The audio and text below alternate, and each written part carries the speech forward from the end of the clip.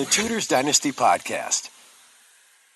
The life of Catherine Grey is often overshadowed by that of her sister, Lady Jane Grey. And so today I invited Conor Byrne to the show to discuss his research into Catherine's life. Conor, welcome. Thank you. Thank you for having me.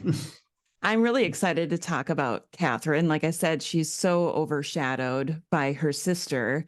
And I kind of want to just start out. This is something I do with a lot of new guests, is I start out wanting to know what got you interested in wanting to do more research on Catherine's life.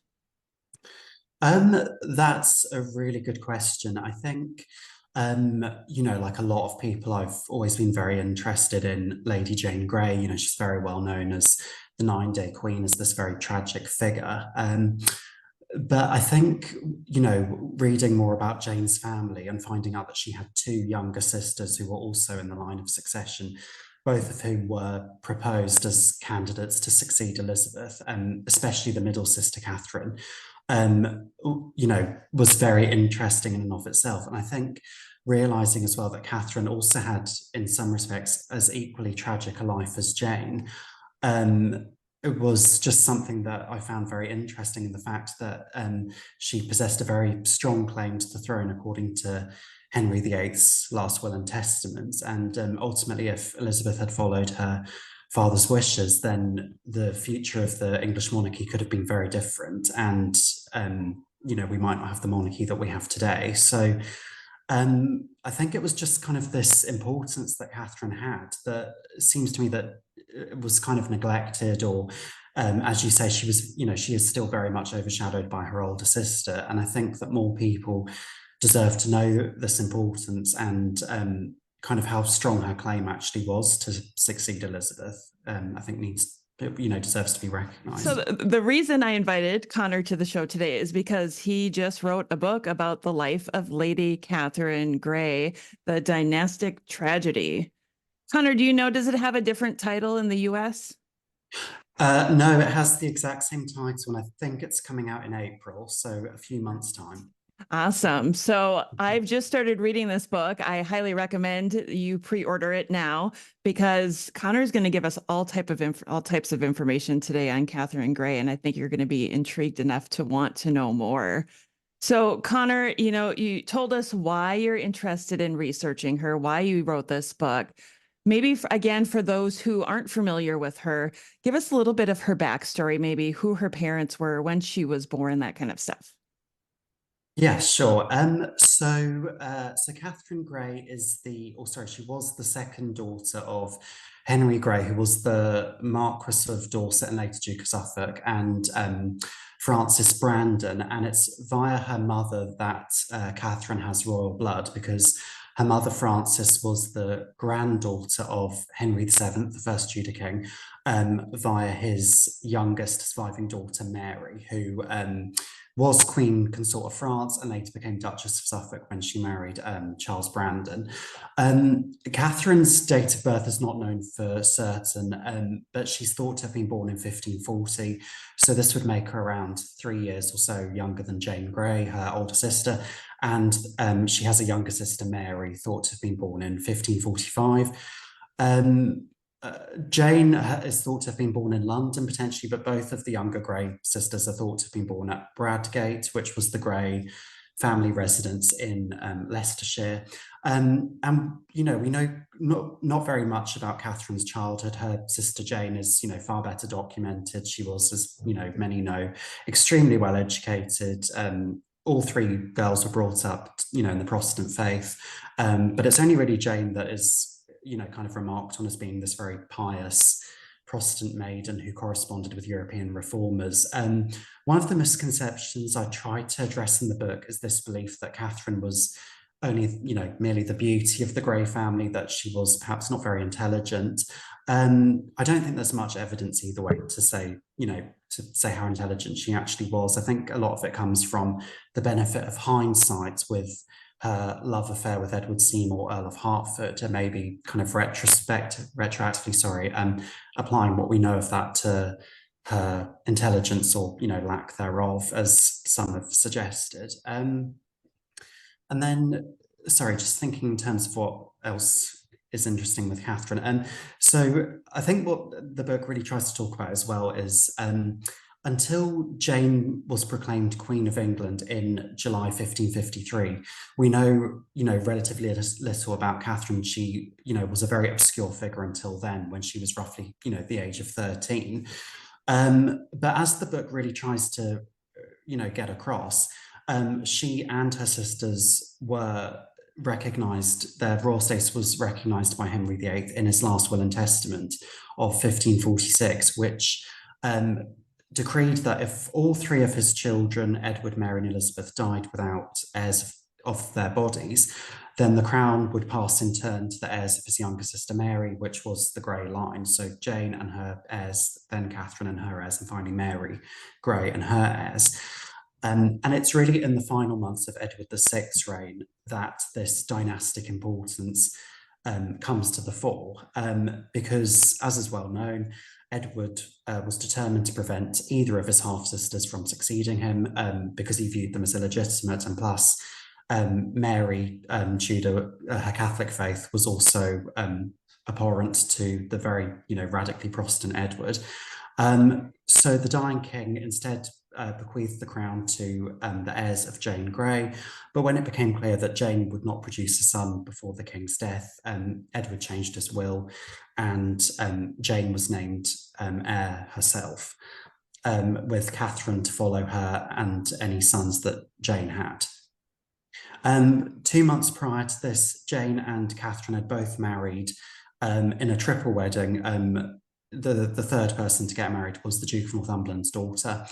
And these marriages have kind of been seen traditionally as part of this plot on the part of the Duke of Northumberland and Jane Grey's parents, to essentially change the succession and have Jane become Queen of England instead of Mary Tudor, because Jane was marrying Guildford Dudley, who was a younger son of the Duke of Northumberland. But recent historians, and I agree with this as well, have suggested that it was much more, the succession crisis was much more, Edward VI's own wishes, and the marriages were, just a very traditional, extraordinary even marriage alliances made between members of the nobility. You mentioned as well Jane's parents, and Catherine's parents, I should say. Yes, traditionally have not had a very positive reputation. For anyone who has maybe seen the 1986 film Lady Jane, with Helena Bonham Carter playing Jane, will be very aware of the fact that the Grey parents are not portrayed very well. They are, ambitious, power hungry, and physically violent. There's a very memorable scene when Jane refuses to marry Guildford Dudley, which is historically accurate, her refusal, and she's beaten by her mother until she capitulates. And we see a number of modern novels as well which have followed this, especially in terms of Jane and Catherine's mother Frances being very physically abusive, of the two parents. And the suggestion that all three Grey daughters had this very unhappy childhood where they were manipulated by their parents and, physically punished if they, did not live up to their expectations. Recent historians, and I follow this in the book, have tried to provide a more nuanced interpretation of the Grey sisters' childhoods. The suggestion that Jane Grey in particular was abused by her parents comes from a recollection made by Elizabeth I's tutor, Roger Askham, some years after Jane's death, in which he basically suggests that he had this conversation with Jane in which he said that she had to do everything perfectly or her parents would, chastise her and, physically and mentally if she did not, live up to their expectations. But aside from this, we have no evidence of, what the Grey sisters' relations were like with their parents. And, there's nothing to suggest that they were particularly, abusive, more than, the standards of the society. And what my book tries to explore as well is when Catherine was engaged in this love affair with Edward Seymour, it was very important for her to seek the approval of her mother, whose intercession she tried to obtain with Elizabeth I in order for them to marry. So I don't think that this necessarily suggests that Catherine had a bad relationship with her mother. I think a lot of it probably comes from reading too much into Ascham's report of what Jane said. And, even if Jane potentially had more difficult relations with her mother in particular, doesn't necessarily mean that her younger sisters did. Right. So I think, yes, I think with that, there's probably a lot of smoke, but not much fire, if that makes sense. I've So, always wondered, when we are researching history, we always have mm, to step back from it and yeah. figure out what the motives are for people to say these Mm. things. Do we have any idea what the motive would have been for Ascham to say these things about the Greys? Yes, definitely. Yes, I do go into this a little bit in the book. A few historians have suggested, and I, do find this quite convincing myself, that I think with Ascham, he had this kind of educational purpose for writing, where by using his reported conversation with Jane, what he was really trying to bring home was the fact that children learn better when they have, a kind teacher, and Mm. there's this kind of positive relationship going on. And so I think with Jane's words, if they, of course, even happened as they were reported, I think they can be taken out of context and then, used to apply to this kind of relationship as a whole, when, I think it's reading a lot into it, I think, that isn't necessarily there. So, Right. Yeah. And I do want to go back to the triple wedding too, because I'm just fascinated by the idea that they had this triple wedding. mm, I read something once, and I want you to either correct me or elaborate on it a little bit more. Was did people get sick after the meal that they had together? yes, definitely. That is one suggestion. We know that Jane's husband, Guilford Dudley, was one of the individuals who was stricken down with food poisoning from something that had been eaten at the wedding. If I remember correctly, I think it was salad or something like Mm. that. So, yeah, I don't think we know if either of the Grey sisters fell ill, but Guilford Dudley definitely did, Wow. unfortunately for him. So, It always makes you wonder poison, right? Because back then it always mm, seems like that would be a quick way to solve a problem, is by yes. poisoning the future heirs, or. Mm, definitely. Well, I think you briefly mentioned Edward Seymour, and I've always, I am Mm. okay, so I'm just a romantic at heart, and really my favorite part of her story is this love Mm. affair with Edward Seymour, Mm. Earl of Hertford. But is there reason to believe that it wasn't as romantic as I actually imagined it? That's a very good question. I think, as you say, traditionally, this marriage, is very much looked at as a love affair. And I think it's fair to say that I think, yes, I would agree that it was. But yes, as you kind of suggest, it has been suggested by some that perhaps with Hertford in particular, that perhaps he had other motivations for his attraction to Catherine. And, at the time when they fall in love, which is, the closing days of Mary I's reign and the beginning of Elizabeth I's reign, Catherine is in a very strong dynastic position. And, it's entirely possible, I think, that it could have crossed Hertford's mind that he could well be marrying the heir to the throne if Elizabeth, should not have a child of her own. I think in terms of the sources that I consulted, I think it's, I don't think there's enough evidence to support that. I think the nature of their relationship, the details that we have, and, the risks that they went to, I think, to me, suggest that it was a love affair. And, they probably didn't think too much about the consequences because, as the book suggests, it was technically against the law for them to marry. Members of the royal family had to secure permission from the monarch, and failure to do so was an act of treason. And as was seen during the reign of Henry VIII with Lady Margaret Douglas, who was one of his nieces, when she fell in love with Lord Thomas Howard, both were imprisoned in the Tower of London. And this took place only months after Anne Boleyn's execution. So I think, they both could well have thought that they might be following her to the scaffold. So so these kinds of risks that Catherine and Hertford were taking, to me, suggest that it probably was a love affair. And but I think both were well aware of these risks because, as I suggested just now with Francis, Catherine was very determined to secure her mother's, first of all, her consent, and also her mother's assistance with the Queen, and her stepfather's assistance as well. So, And we know that Hertford also spoke to his mother, the Duchess of Somerset. So I think they were trying to seek assistance to ensure that Elizabeth would agree to the marriage. But, you know, for reasons that the book goes into, unfortunately, this did not go according to plan, and both obviously paid the price. Yeah. So. How I can't help but kind of giggle a little bit, like how predictable of a Seymour to want to marry somebody who's close to the throne. I hate to say that, but it just seems like such a typical Seymour thing, doesn't it? Definitely, yeah. Do we have any idea how Catherine and Edward met? Was it just court circles or family connections? How did they meet? Well, Catherine was very close to one of Hertford's sisters, who was named Jane, probably after the late Queen Jane Seymour, who was Hertford's aunt. And both served, you know, both served the Queen, first Mary I and later Elizabeth I. And in 1558, which was the final year of Mary I's reign, there was a influenza epidemic at court, which Mary is thought to have, you know, succumbed to as her cause of death. So both girls were absent from court in the autumn of that year because Jane had fallen ill. So they both retired to the Duchess of Somerset, who was Jane's mother's residence at Hamworth, where Hertford was then residing. And it's thought that Hertford and Catherine fell in love then. Interestingly, during Edward VI's reign, when Hertford's father was the Lord Protector, Hertford had been proposed as a possible husband for Jane Grey. So there was this kind of interesting existing link already.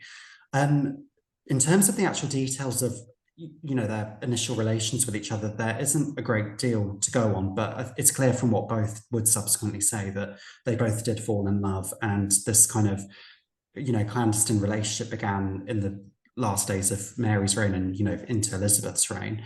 And we know that the Duchess actually kind of tried to warn Hertford off, probably because she was aware of Catherine's royal blood and, you know, was aware that, you know, Catherine could be seen as a possible dynastic threat to Elizabeth. But really the affair gathered momentum once Elizabeth took the throne, and the couple, you know, began meeting in secret with Jane's assistance. I think probably without Jane's assistance, it would have been a lot more difficult for them to meet. And that's also kind of how the wedding took place as well. Jane was very actively involved in, you know, seeking out the priest and in assisting with the marriage at Hertford's residence at Cannon Row. And she went back with Catherine to court as well once the couple had married, and then assisted them with their meetings in the various palaces.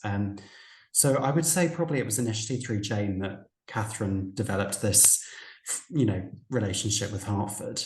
This kind of initial closeness with his sister, I think, was probably central to that, I think.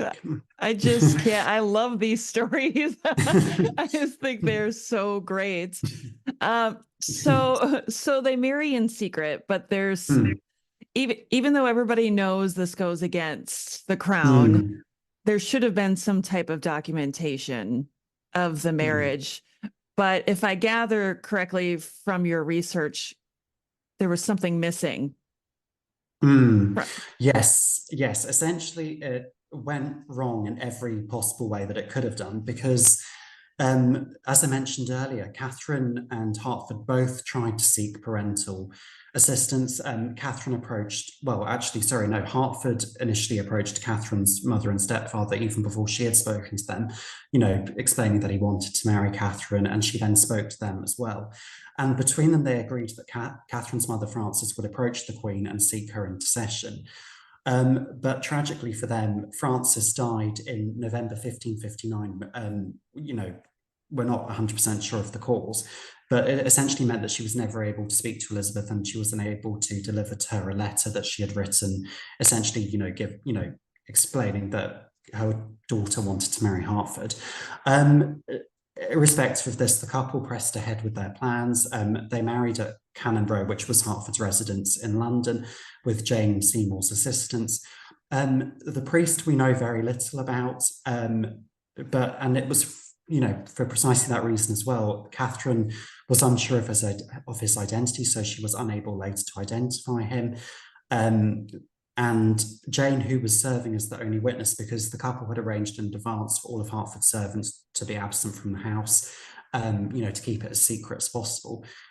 Jane was the only witness to the marriage, but she died in March 1561 when she was only 19. So it meant that when the marriage eventually came to public attention, she was unable to testify to it. And without any witnesses and without being able to find the priest, and as you say, without any documentation, they could not prove that the marriage had taken place. And this ultimately proved catastrophic for them because, there was nothing to say that they were really husband and wife. So it was all of these circumstances that essentially backfired completely against them. Right. And then she ends up pregnant and in the Tower of London. Yes, that's right. Yes. Well, yes, that's how the marriage became public because she tried to conceal her pregnancy for as long as possible during the Summer Progress in 1561. Hertford was then on a grand tour of Europe. He had been sent abroad.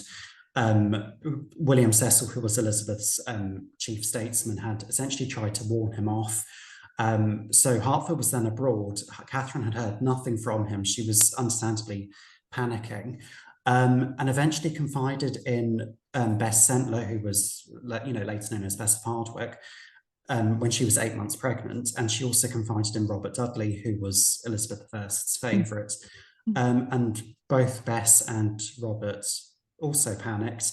And Robert Dudley went to the Queen and she reacted with fury and did not hesitate to send Catherine to the Tower, and Hertford was swiftly recalled back to London from Europe and placed in the Tower as well.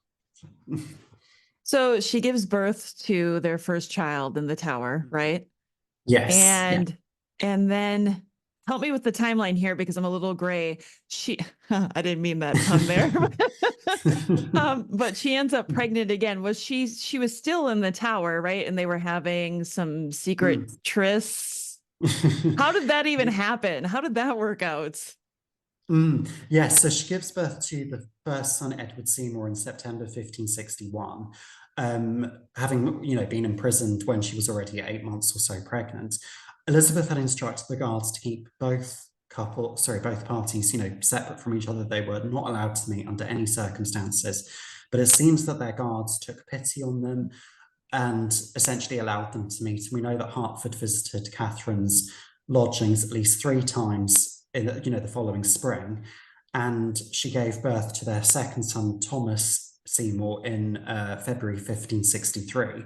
And understandably, Elizabeth was even more furious when she found out because, her instructions had been disobeyed. So, yeah. Clearly disobeyed when she ends up pregnant again. Exactly. So how long was she in the Tower of London? So they were incarcerated there August 1561, and they were released 2 years later in September 1563. And this, I don't think, should be seen as a charitable move on Elizabeth's behalf. There was then plague in London, so I think it was for this reason that it was decided to remove both of them from the Tower. They were then placed under house arrest, but not together. They were placed under separate house arrest. So I think what is really tragic about the whole story is essentially, after this point, Catherine never saw Hertford again. And she was placed in house arrest with her second son, Thomas, whereas Hertford was placed with the elder son, Edward. So she never saw her elder son again either. So very tragic for both, for both those things. Very, very tragic. And you mentioned I think you said 1563, she was released from the Tower, which I find interesting because that's not long after Elizabeth I almost died from smallpox, right? Exactly. Yes. Yeah. So she had fallen ill with smallpox in October 1562, and only 4 years into taking the throne. Yeah. But even at this very early point in her reign, there was already a great deal of anxiety about the succession, and the fact that Elizabeth was feared to have almost died sent a lot of her councillors into panic. And there was this, very secret Privy Council meeting where they were, debating who should be named heir if Elizabeth did die. And Catherine was only one of several candidates who was proposed. So, yeah, a very tense time in Elizabeth's reign, for sure. Yeah, I'm sure she felt torn on the whole thing too. Like my cousin just totally disobeyed me, but I still need her just in case. Exactly, yes. And I think for Catherine's supporters, the fact that she had given birth to two sons only strengthened her claim, alongside her Protestant faith, and being married to a Protestant as well. It was all of these circumstances that really made her claim so strong. For those who supported her, obviously there were plenty who didn't, but for her supporters, her claim was only strengthened by giving birth to two sons. Right, exact. And is it true that Catherine died from starving herself? It potentially, there's two schools of thought, I would say, where the traditional explanation is that she died of consumption, which we now know as tuberculosis. But some historians think that she perhaps starved herself, having to come to spare. We do know from her letters, she and her uncle Lord John Grey, with whom she resided when she was under house arrest for long periods, both parties wrote a number of letters to William Cecil, to the Queen herself, and to Robert Dudley, seeking their intercession to try and get Catherine restored to favour. And these letters really provide a snapshot into Catherine's deteriorating mental state. And we know that she wasn't eating from quite early on in her house arrest, and that she would not be leaving her bed. And I think it was just this sense of despair that she was parted from her husband and her eldest son, and perhaps she felt that she would never be restored to royal favour. So it's possible that she did. I suppose you can't really use modern labels like depression, but it's possible that we would recognise something like that. But equally possible, perhaps she did die of consumption, which was a leading cause of death at the time. So it's a bit ambiguous, I would say, with that. It's so heartbreaking, Connor, just to think. It seems like she really loved Edward Seymour, and they had these children together, and then they were separated, and she was separated from one of her sons. As a mom, that just tugs at my heartstrings. Like, I can't even imagine how difficult that would have, even in the Tudor times, how difficult that would have been to be separated. Oh, definitely. That's something that my book really tries to get across. Compared with Mary, Queen of Scots, who was her, leading rival, I suppose you would say, for the succession, who was involved in a number of conspiracies against Elizabeth. There's no suggestion that Catherine was actively pressing for her succession rights to be recognised, and that she was determined to be named as the heir presumptive. Her letters and those of her uncle, suggest very strongly that she was longing to be reunited with her husband and her elder son. And I think the fact that, obviously, as the years passed, I think she gradually would have lost more and more hope, and realised that Elizabeth was not going to forgive her. And I think from that perspective, it's probably not surprising that she only died a few years into her house arrest because of this deterioration in her mental state. Yeah. I do want to know, whenever there's like a biography of this type done on somebody, I want to know from your research, Connor, what was the most interesting or surprising thing that you learned doing this book? That is a good question. I think, so I, knowing that Catherine, obviously was a very important figure in the succession crisis of Elizabeth's reign, but I think what was really fascinating was, if you consult the ambassador's reports from only a few months into Elizabeth's reign, it's very clear that she was being proposed as this viable claimant by the imperial ambassador, and that there was this scheme to have her married to Philip of Spain's son, Don Carlos, because of their belief, mistakenly as it turned out, that Catherine was a Catholic. So it was this, very strong hope that, she would restore Catholicism to England if she was married to the Spanish king's son. And not just interest from Spain as well, but also in Scotland. There was this rumour that she would be married to the Earl of Arran, who was recognised by some as the heir presumptive to the Scottish throne, so it would unite the English and Scottish crowns. And I think, as I mentioned at the very start of this talk, it's kind of this dynastic importance she had that I think can be overlooked because we know how the story ends. We know that Elizabeth did not follow her father's wishes by choosing Catherine as her successors. She obviously chose the Scottish line, but no one knew this at the time. And I think while Catherine is best known for her love affair, she has this kind of dynastic importance that I think deserves to be better known, because if Elizabeth had recognised it, then the future of the British monarchy could have been very different. So, you know, far-reaching consequences. There could have been a Seymour dynasty. But yes, very possible. Of course, that's intriguing to me. So there are so many myths surrounding Catherine's life. What would you say, maybe one that we didn't cover today, would be one of the biggest ones? That's a good question. I think probably one of the biggest myths about Catherine is that she was stupid or, you know, essentially lacked intelligence. I think it's very difficult to say either way, but we do know that all three Grey sisters, you know, had a very good education.